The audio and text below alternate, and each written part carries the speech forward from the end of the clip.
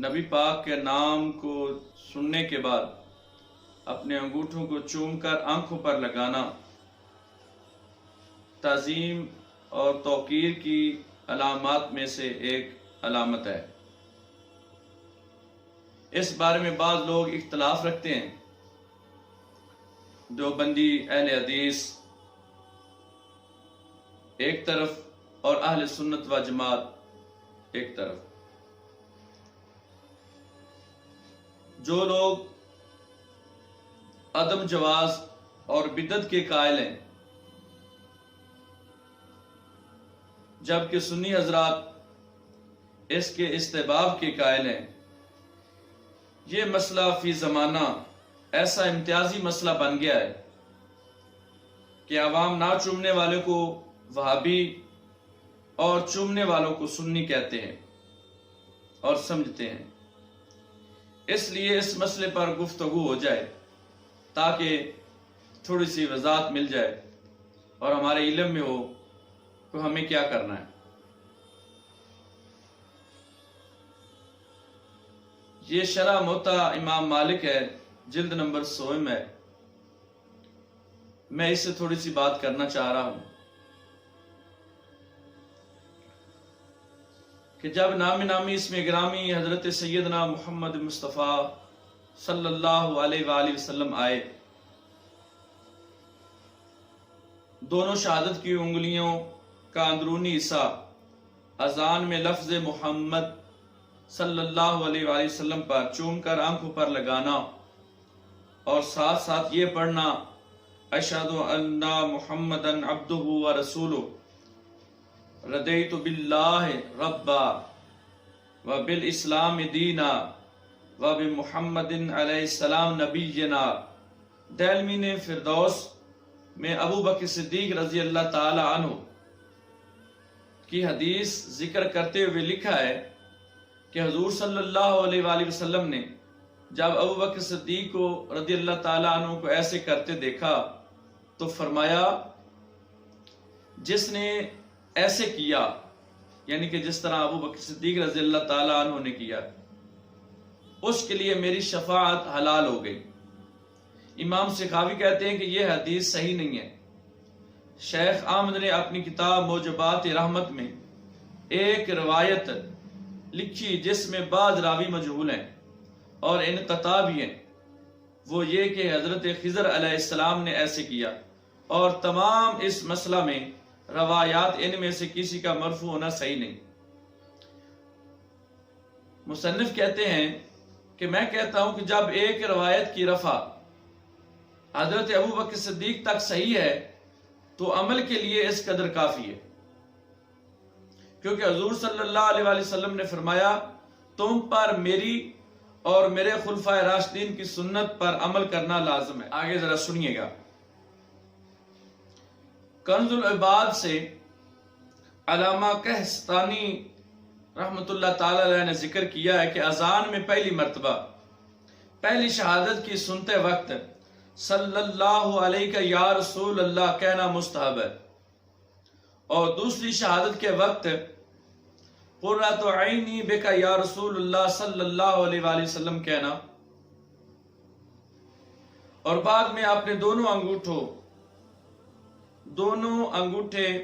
دونوں آنکھوں پر رکھے ہوئے یعنی رکھنا مستحب ہے۔ ایسا کرنے والے کل قیامت میں حضور صلی اللہ علیہ وآلہ وسلم جنت کی طرف اس کے قائد ہوں گے۔ اور دہلوی نے فردوس میں حضرت ابو بکر صدیق رضی اللہ تعالی عنہ سے حدیث مرفوع میں ذکر کیا ہے کہ جس نے دونوں شہادت کی انگلیوں کو چوما اور آنکھوں پر لگایا، اس کے لیے حضور صلی اللہ علیہ وآلہ وسلم کی شفاعت حلال ہوگی۔ ذرا آگے سنیے گا۔ صلاۃ النجمی میں ہے کہ آپ صلی اللہ علیہ وآلہ وسلم کے صحابی حضرت سیدنا ابو بکر صدیق رضی اللہ تعالی عنہ نے دونوں انگوٹھوں کے ناخن اپنی آنکھوں پر چوڑائی سے رکھے، لمبائی سے نہیں، یعنی انگوٹھوں کا رخ ناک کی طرف اور محیط میں وارد ہے کہ حضور صلی اللہ علیہ وآلہ وسلم مسجد میں تشریف لائے اور ایک ستون کے پاس جلوہ فروز ہوئے. سیدنا صدیق اکبر بھی آپ کے برابر میں آ کر بیٹھ گئے. حضرت بلال رضی اللہ تعالیٰ عنہ نے اذان دی. حضرت بلال رضی اللہ تعالیٰ عنہ اذان کہنے کے لیے کھڑے ہوئے. اذان شروع کی. اشہد ان محمد رسول اللہ پر پہنچے تو حضرت ابوبکر صدیق رضی اللہ تعالیٰ عنہ نے اپنے دونوں انگوٹھوں کے ناخن اپنی آنکھوں پر رکھے اور فرمایا قرۃ عینی بک یا رسول اللہ صلی اللہ علیہ وآلہ وسلم، میری آنکھوں کی ٹھنڈک آپ کے نام و کلام سے ہے. جب حضرت بلال رضی اللہ تعالیٰ عنہ اذان سے فارغ ہوئے تو نبی پاک صلی اللہ علیہ وآلہ وسلم نے فرمایا، اے صدیق اکبر، جو شخص تیری طرح عمل بجا لائے گا، یعنی انگوٹھے چوم کر آنکھوں پر لگائے، جب وہ میرا نام سنے تو اللہ تعالیٰ اس کے نئے پرانے جان بوجھ کر بھول کر تمام گناہ معاف کر دے گا.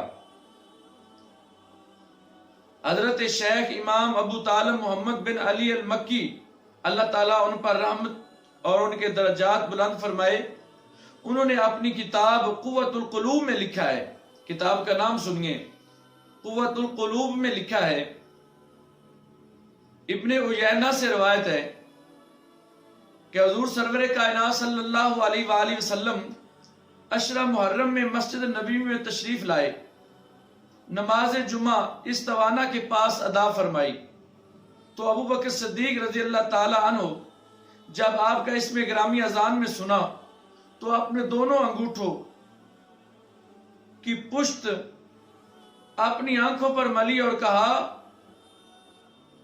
قرۃ عینی بک یا رسول اللہ صلی اللہ علیہ وآلہ وسلم.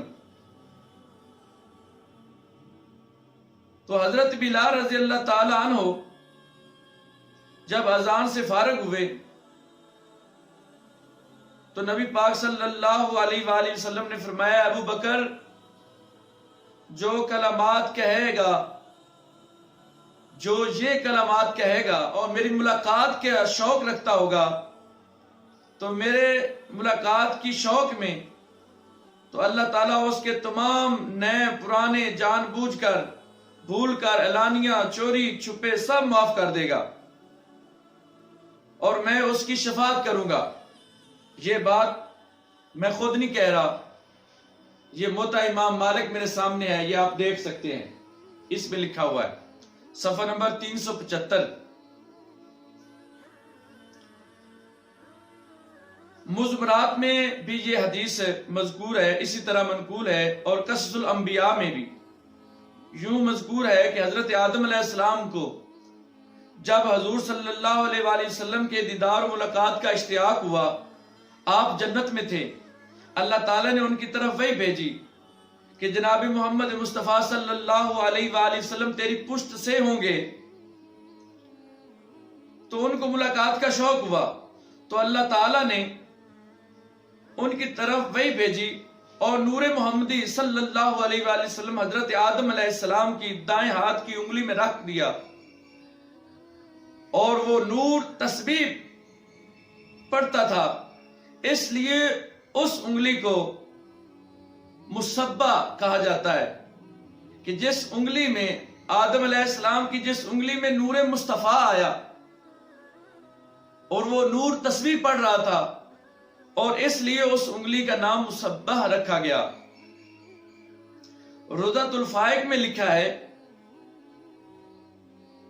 کہ اللہ تعالیٰ حضور صلی اللہ علیہ وآلہ وسلم کے جمال جہاں آرا کو حضرت آدم علیہ السلام کی دونوں انگوٹھوں کی صفائی شیشے کی طرح صاف رکھا اور آدم علیہ السلام نے اپنے انگوٹھے چومے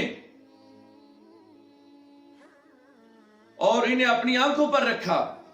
آدم علیہ السلام کی اولاد کے لیے حضور صلی اللہ علیہ وسلم کے نام اقدس پر انگوٹھے چومنے کی یہ اصل ہے. پہلی دلیل یہ ہے.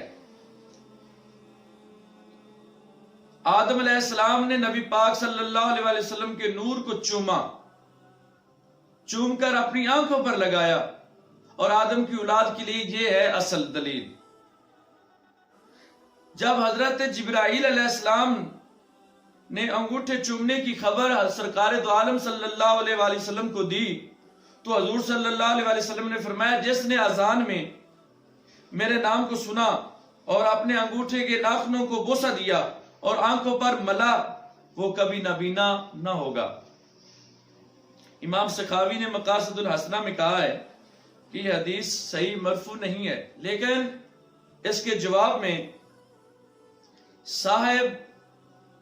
صاحب روح البیان علامہ اسماعیل حقی رحمت اللہ تعالی علیہ فرماتے ہیں، فقیر یہ کہتا ہے کہ علماء سے یہ بات ثابت ہے کہ ضعیف حدیث کے ساتھ عمل کا جواز ہے، کیونکہ فضائل میں ضعیف حدیث معتبر ہوتی ہے۔ اس حدیث کا ضعیف ہونا اس کو مستلزم نہیں ہے کہ اس کے مضمون کو ترک کر دیا جائے۔ کیا مطلب؟ کہ یہ لازم نہیں آتا کہ اس حدیث کے مضمون کو ترک کر دیا جائے، بلکہ اس پر عمل کرنا جائز ہے۔ امام کہستانی نے اس کے استباب کا قول کہا ہے کہ امام مالکی کا کلام ہمارے لیے کافی ہے۔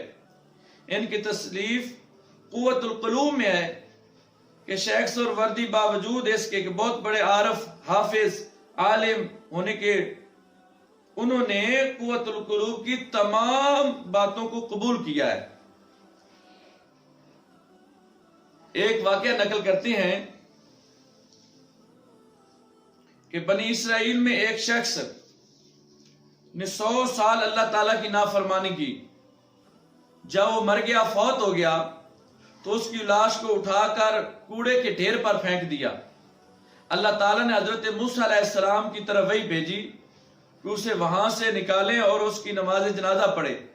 حضرت موسیٰ علیہ السلام نے عرض کیا، یا اللہ، اس نے 100 سال تک تیری نافرمانی کی ہے، بنی اسرائیل کے لوگ سارے گواہی دے رہے ہیں۔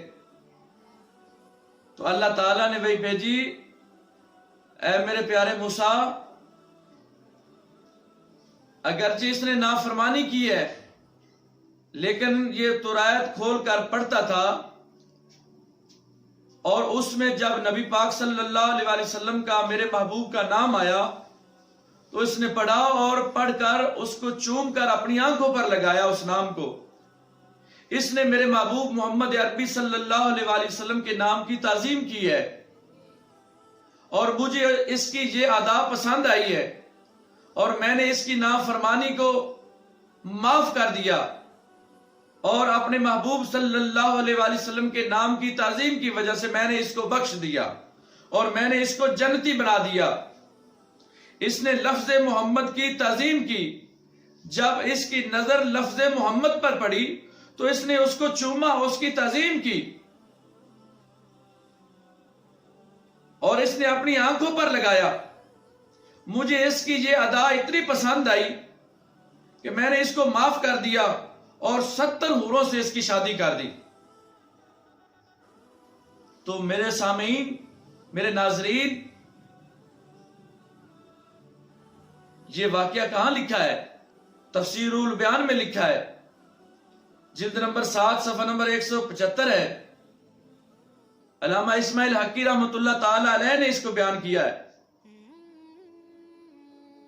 ہمیں اس سے کیا ملتا ہے کہ جو بنی اسرائیل کا لوگ، بنی اسرائیل کا حضرت موسیٰ علیہ السلام کا امتی جو نافرمانی میں اپنی 100 سالہ زندگی گزار گیا، 100 سال نافرمانی کرتا رہا، جب وہ نبی کے نام کی تعظیم کرے، اللہ کو اس کی یہ ادا پسند آ جاتی ہے، تو جو ہوئی نبی کا امتی، جو ہوئی محمد عربی کا کلمہ پڑھنے والا، اپنے نبی کے نام کی تعظیم کرے گا تو اللہ کو وہ کتنا پسند آئے گا، وہ اللہ کو کتنا محبوب ہوگا، اس کو کیوں نہیں جنت ملے گی، اس کی کیوں نہیں بخشش ہوگی، اس پہ اللہ کیوں نہیں راضی ہوگا۔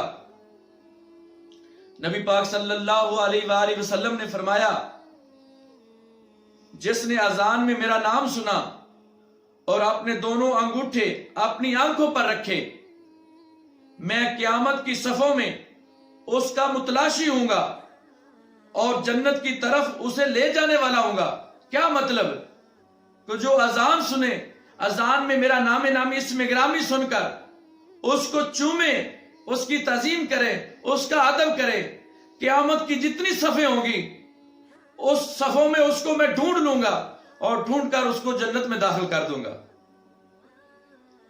قیامت میں نبی اس کو ڈھونڈ رہا ہے جو اپنے نبی کے نام کی تعظیم کر رہا ہے، جو اپنے نبی کے نام کا ادب کر رہا ہے. میرا نبی اس کو ڈھونڈ رہا ہے، اس کا متلاشی. اور یہ بات کہاں لکھی ہے؟ یہ صلاۃ المسعودی میں جلد نمبر 3 باب نمبر میم بانگ نماز میں ہے.